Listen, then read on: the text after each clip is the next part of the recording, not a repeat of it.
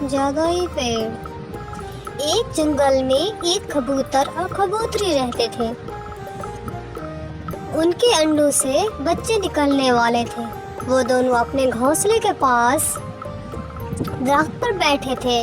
कबूतरी कबूतर से कहती है, ये दरख्त बहुत कमजोर है और कभी भी हमारा घर टूट सकता है। आप जाएं और एक कोई मजबूत दरख्त देखें ताकि हमारे बच्चे भी महफूज रहें। कबूतर कहता है, कल सुबह जाऊंगा। दोनों चलेंगे और कोई मजबूत पेड़ देखेंगे जहाँ पर हम दोनों महफूज रहेंगे। वो दोनों अगली सुबह मजबूत दरख्त की तलाश में निकल पड़ते हैं। उनको एक सुनहरी पेड़ दिखाई देता है। उसके सुनहरे पत्ते होते हैं।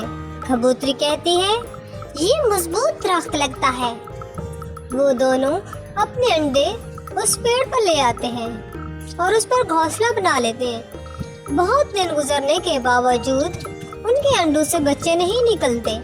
तो कबूतर कहता है, इतने दिन गुजरने के बाद बच्चे क्यों नहीं निकल रहे? वो दोनों परेशान होते हैं। इतने में पेड़ से आवाज आती है, तुम दोनों परेशान न हो। वो दोनों हैरान होते हैं, आवाज कहाँ से आ रही है?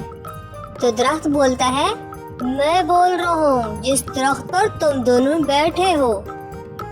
मुझ पर एक जालिम जादूगर ने जादू कर दिया है ताकि मैं ना ही फलूं फूलूं और ना ही कोई परिंदा मुझ पर घोंसला बनाए।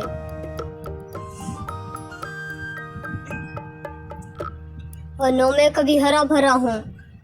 लेकिन अगर मुझ पर कोई परिंदा घर बनाता है तो मुझे इस जादू से छुटकारा मिल सकता है। अब तुम दोनों ने घर बनाया, कल सुबह तक तुम्हारे बच्चे भी निकल आएंगे और मैं भी हरा भरा हो जाऊंगा और जादू का जोर टूट जाएगा।